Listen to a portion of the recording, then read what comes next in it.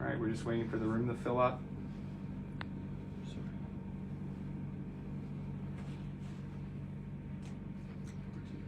Good evening from around the world, around Ontario and around Canada.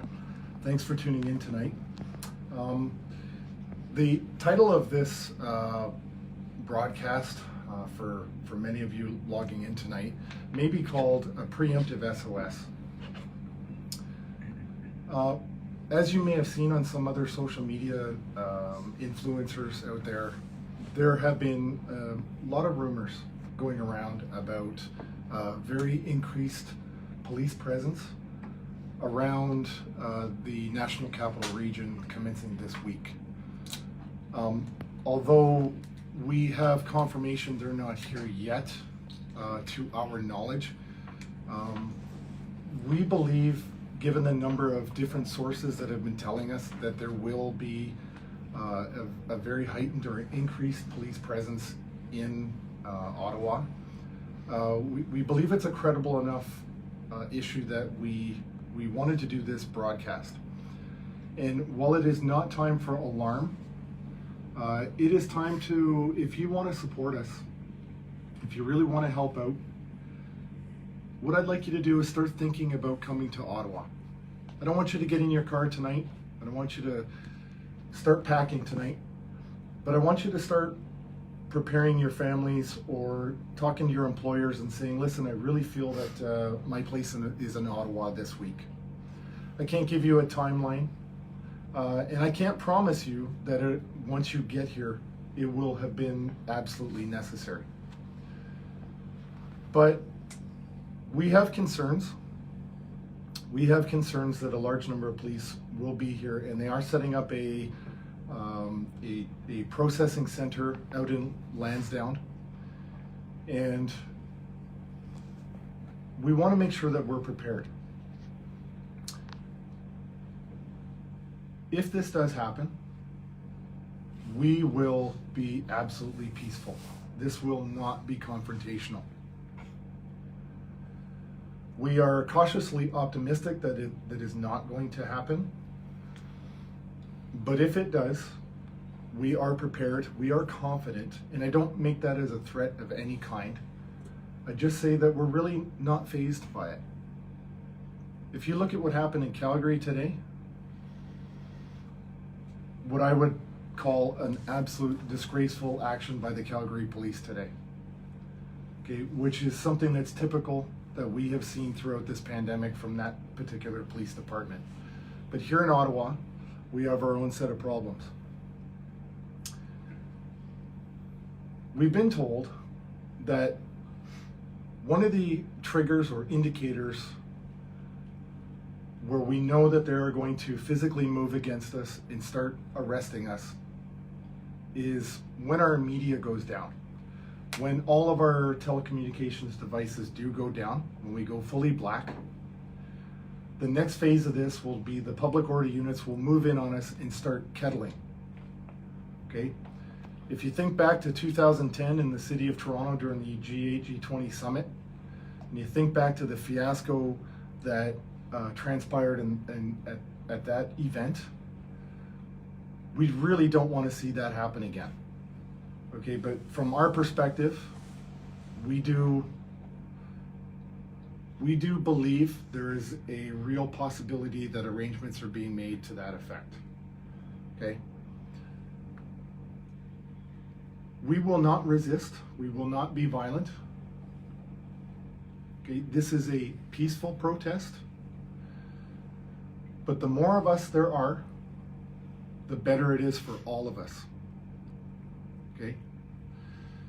So if this is, what's that thing? What is that one point in history that's going to make you move off of your couch and come here and get involved? This is it. If there's a media blackout of everybody that you're connected to with this Freedom Convoy, that's your trigger that you know something is up, and I would encourage you to make arrangements and immediately start heading to Ottawa. We have strength in numbers. We have a team of lawyers that are here to help. We're not fazed by this. We're not intimidated.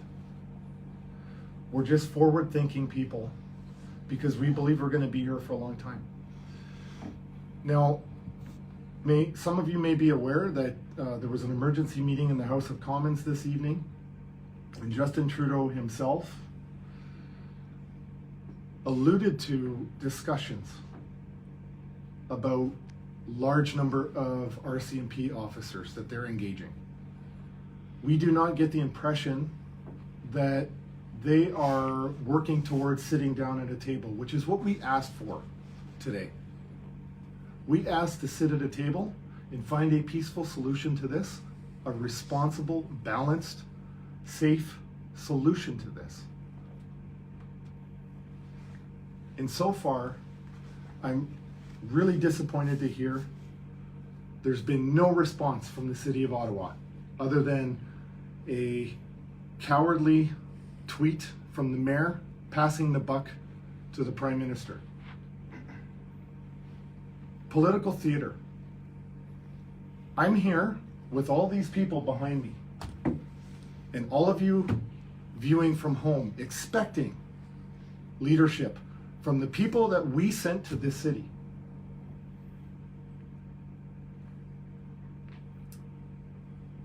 When in Canada's history has it ever been good for us as a nation when we have used force against a large population of our public?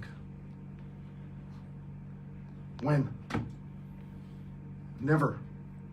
Never. Instead of talking, we have a room booked. 12 o'clock tomorrow. I'll meet with Justin Trudeau and myself. 12 o'clock tomorrow. And the other delegates of this convoy. I'll meet with them. I'm prepared. We are prepared.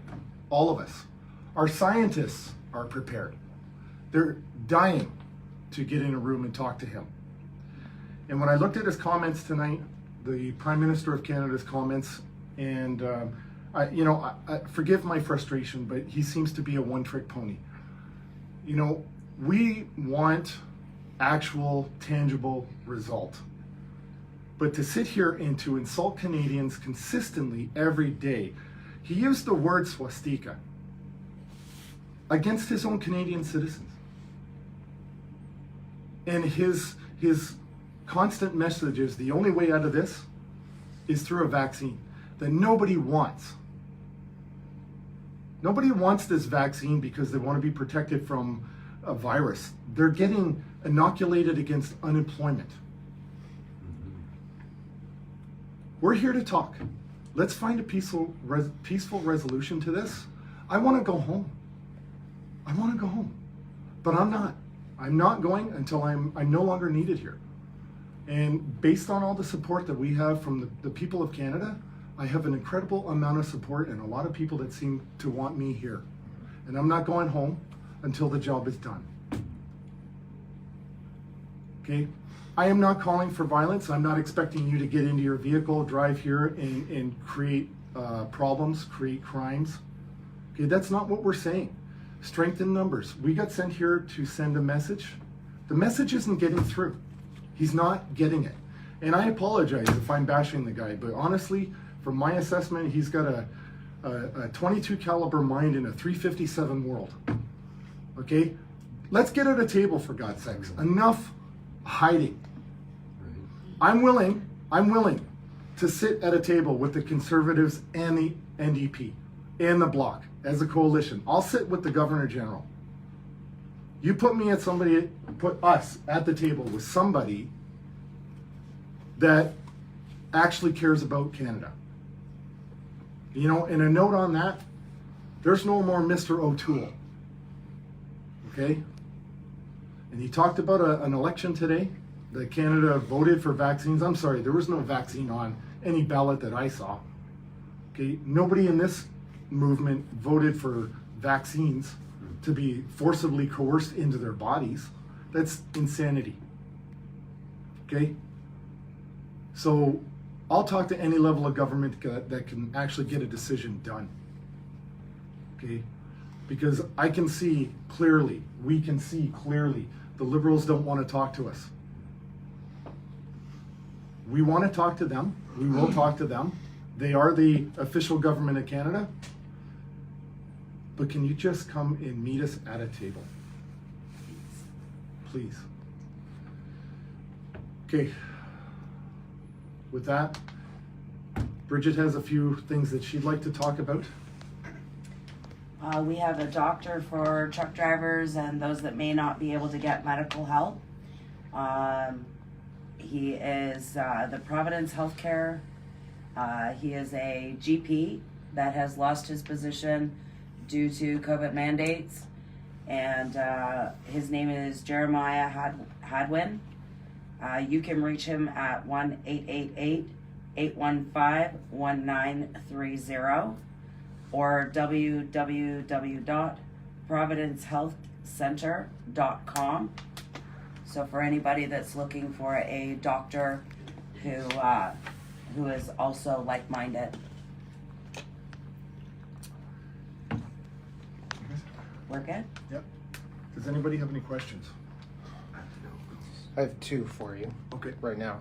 First one. So what does it tell you when you request a negotiation and the response essentially that comes is rumors of increased police capacity?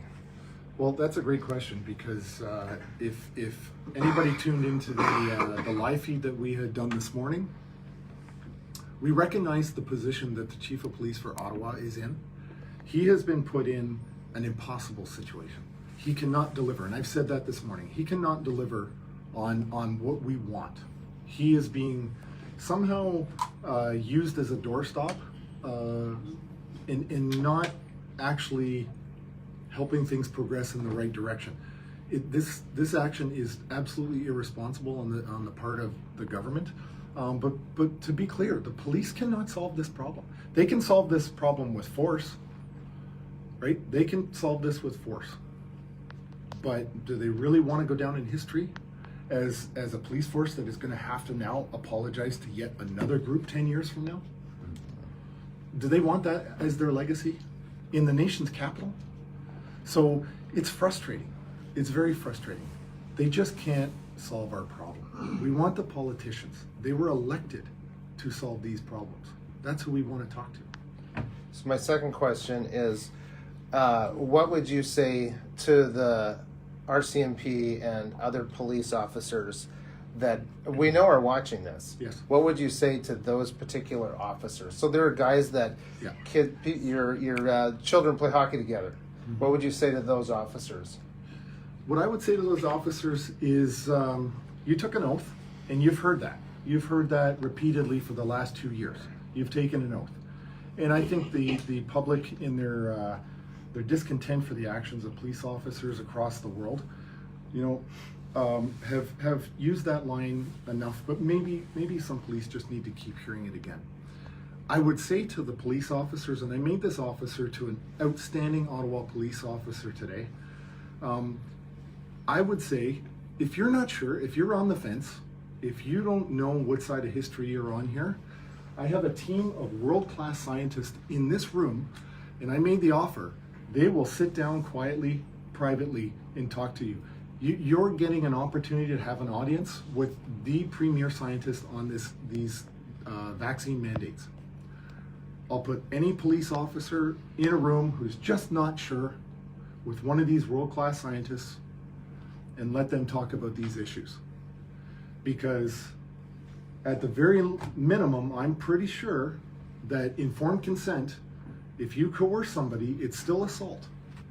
Okay, and this is what these issues are. So we'd like the police officers who we keep hearing about individual discretion on the street, we'd like to see them start exercising some discretion that doesn't support their mortgage. We want them to support the people they serve. That's what we would like. That's what I would like to say as a police officers. And we have a lot of them within our members. We have a lot of police support. Even active, we have a lot of police support out there, they just can't say anything. And I can tell you, when we went to Coventry last night, there was no eye contact with the police officers there. They were embarrassed by what they were doing. They were embarrassed. I know people, and what I saw was embarrassment. There's those asking on the live stream if you guys would give your names and just your involvement with the Freedom Convoy with anyone who's comfortable. Bridget Belton helped create this, I guess. Chris Barber. I guess one of the organizers, yeah. Sorry. Tara Leach, one of the organizers. I guess I'm Sean Tyson from BC. I'm the BC Road Captain, one of the organizers as well.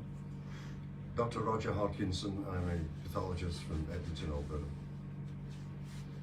Jeffrey Bovin, running the command center for communications to assist the needs of the truckers and the people who are involved with the convoy out on the streets. Tom Quiggin, I do protective intelligence for the truck drivers first. We're also doing protective intelligence for paramedics and police, and we're also doing protective intelligence for the citizens of Ottawa around us. Dana Metcalf, nationally recognized humanitarian. I'm here for moral support for the men and women that are fighting for our freedoms. Dr. Paul Alexander, evidence-based medicine specialist.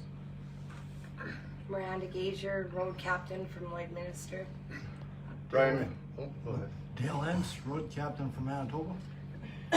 Ryan Mihilowitz from Prince Albert, road captain for Saskatchewan. Joe Jansen, Manitoba road captain. Thank you. Tom, can you speak to the issue that we're getting calls from police officers apologizing for what's happened last night?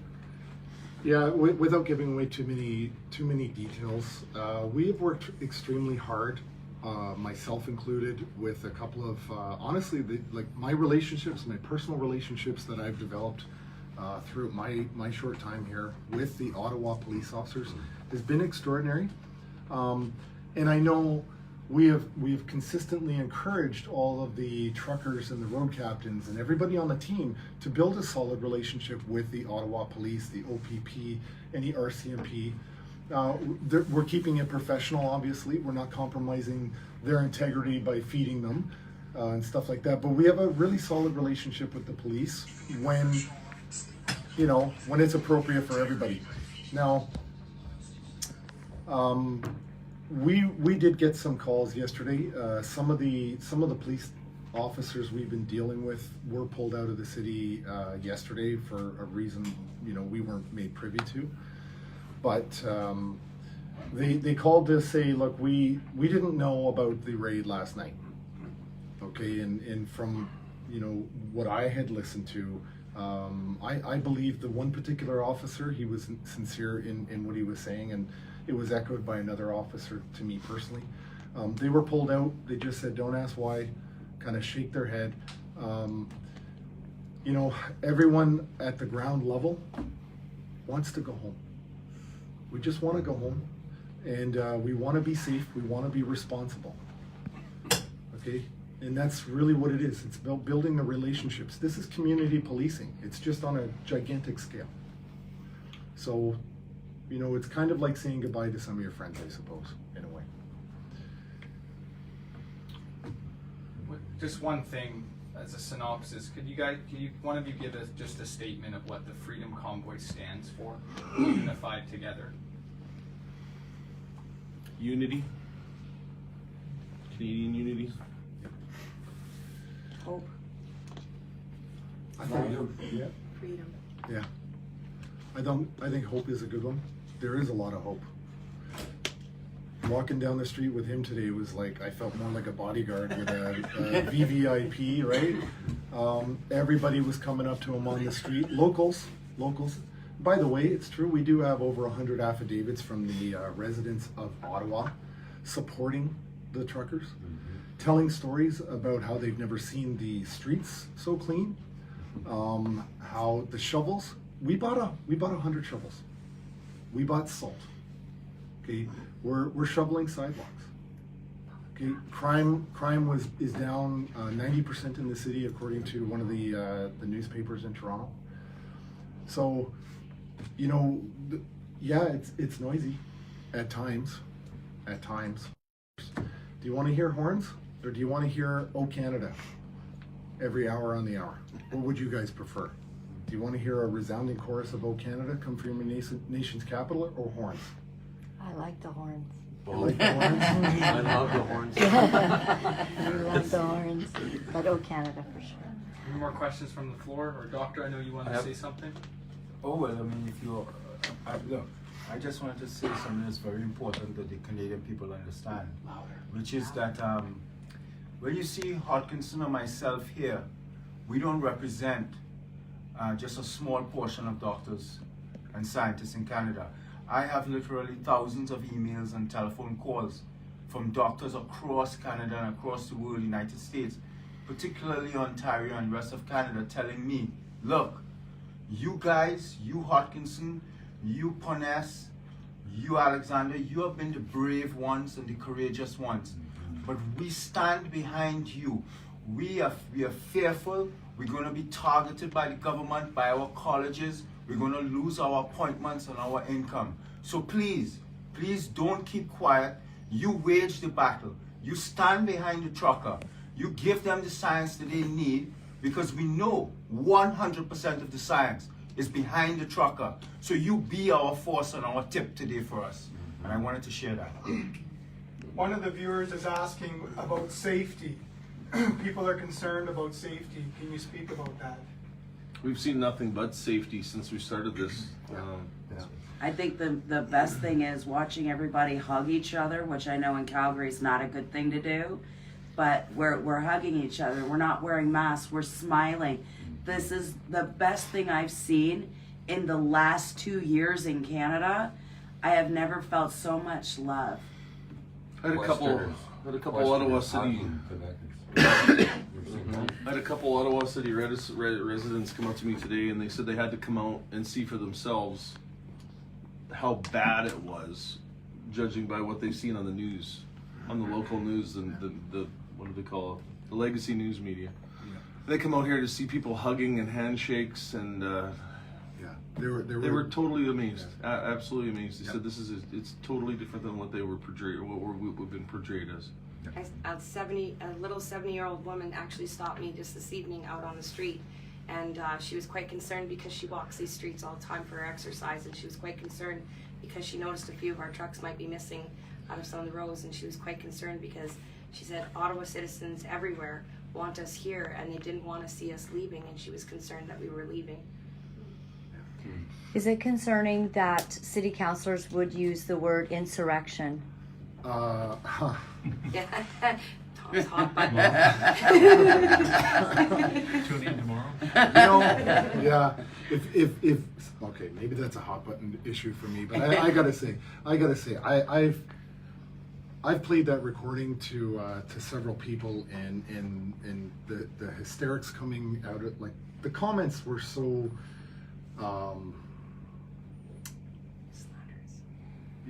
As you can tell, I'm not usually at a loss for words, but I was stunned. I was stunned by the irresponsible language, the dramatization of absolute fiction. And it's very clear to me that they're pre-positioning the next moves that they want to make. So they're using very strong language to set up a legal framework, in my opinion, or a policing framework to give themselves cover to be absolutely horrendous to us. And so it was really, the language chosen in that meeting was very specific, very specific. She said the words, Diane Dean said the words, the chief repeated the words, this morning I repeated the words. So you're getting three people saying the same set of words, but, you know, one is to put on a lot of show to create themselves a legal framework. I said the words to highlight that level of rhetoric and irresponsibility is just going to get someone hurt. Yeah. She said those things about Canadians. I haven't seen her on a YouTube talking about ISIS like that, but she's talking about Canadians like that. It was embarrassing. It was embarrassing. And, you know, it hurts my heart to see that kind of language being spoken about Canadians that have the word freedom in their name. It's embarrassing. It's shameful. We received a lot of comments on here A video went out today that said 50% of Ottawa police officers have resigned today. Is Well, there any validity through the? I believe that to be a rumor. I don't believe that to be true. I walked around with a couple of Ottawa police officers today, and I saw lots of uniforms. So, you know, the number of uniforms that I saw today, if that was only half, they've got a huge budget. So I don't believe that's true at all. Someone's asking here about the kneeling at Parliament Hill. Can you tell us a little bit about that? It was beautiful. How about our epic photo? Yes. Yeah, it was a really, really, really wonderful and positive experience. We wanted to kind of help contradict the misconception that our numbers were small and that we are standing together in unity. It was really, really quite an epic experience. There was kids everywhere, you know, people got free hoodies, people sang "Oh Canada," they chanted freedom. You know, my piece is morale and to help you guys see the more humane picture of what's happening here. But I will tell you that I would strongly encourage people to contact the municipality of Ottawa to help us get some of the things that we need in order to keep the situation humane, like porta potties and things like that. There's a huge outcry for those things and they're being leveraged. You know, the basic essentials of life are being leveraged for police, you know, what they want to have happen. At the end of the day, we are all human beings and we are all Canadians. So if you guys could do your part and put some pressure on Ottawa City Police to help us keep our families that are safe in these trucks with the basic essentials of life. That's what that photo was for. Was to show unity and that we are human and that we do have a presence here, you know, and it's an acceptable presence here. We didn't storm Parliament. We took a kneel at Parliament to show that we are here and we are at the mercy of our community and our country to help us get this done here in Ottawa. Tamara, could you speak on some of the best ways to help people in Ottawa, both financially and with support? For the truckers, yeah, we have an Adopt a Trucker program. That's adoptatrucker.ca. We've set up the Give, Send, Go, which is an alternative Christian-based platform as opposed to GoFundMe. We still have the e-transfer email set up. So also, I know up at Parliament, I was up there today, there's a great big jug that you can donate cash to right by the stage if you want. And that money can get to them right away. So. And we're working on a couple of NFTs. Yes. Nice. They'll be coming out through paralleleconomy.com.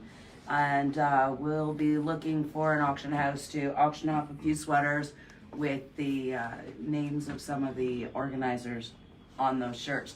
There will only be one of each size. That will be the only ones that will ever be done. So between 5 and 6 will only be ever released with all these signatures on them. Someone's asking, what is it? What's the encryption on the hoodies? What does it mean? It's 10-7. It means out of service. And what's on the back? I got it. I got it. There we go. She's got it. Freedom Convoy 2022. I'd like to ask another question. This seemed really to be a contest for hearts and minds.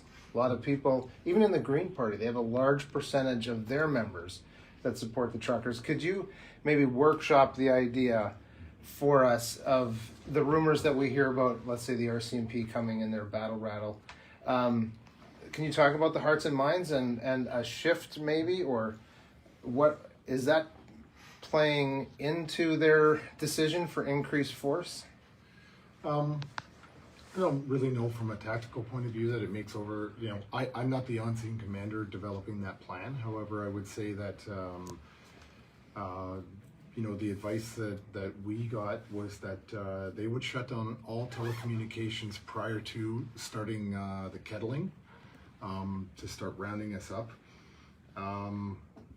So we would lose all control of cell phones or our ability to transmit it, and this is why we're asking for people to start actually thinking about coming here. Now, I'm not saying to come here now, but if there's a big giant, you're noticing a severe lack of social media presence from all of the truckers, and there's hundreds of cameras out here. There's hundreds of live streamers every hour on the hour. If there's all of a sudden a complete blackout over Ottawa, you can take that to the bank that the police have started to kettle us. So Can you explain what kettle us means? they're basically going to, march towards us in a column and start boxing us in, and then start affecting immediate arrests. It's something that we saw at the G8 G20 summit in 2010. Really disappointing. We all know how that turned out. I mean, the lawsuits are still ongoing to this day, 12 years later. The police did not handle themselves really well. In that particular case, what they did is they kettled people into a corner and then started actually gassing them with tear gas, where they had no escape route, right? I don't believe they're going to do that. I think they've learned their lesson all across North America that that's probably a terrible thing to do. But at the end of the day, that's going to be a tactic that they use, is to start basically boxing us in and start affecting arrests, and then take us off to some sort of processing center. So, Just before everyone passes out of heat exhaustion, do you have a final synopsis, Tom, and then we'll close the line. I just think it's really important too to clarify one thing for everybody. We are not occupying Ottawa. We are protesting peacefully in Ottawa. I want to make that very, very clear. We are not occupying. This is not our home. We want to go home. We are here protesting peacefully. Yeah. You want a synopsis? I want to sit at a table with all of these people and people that can make a decision. And I want our scientists to sit at tables with their scientists and answer, improve the science that they keep telling us to follow. Okay? Because from our perspective, or from my personal perspective, all I'm seeing is political science, not actual medical science. And I'm tired of seeing that. Okay? I think the Canadian viewers or the Canadian public are smart enough to know the difference between political science and theater and actual medicine. But the mainstream media keeps censoring. They block purposely. It's almost akin to something you would expect to see in North Korea and China, the way they control the media around here. And I'm sorry if that upsets the mainstream media, but you've been disrespecting viewers for 2 years straight, and I'm sure even long before. It would be great if they started actually reporting the news instead of creating it. Okay?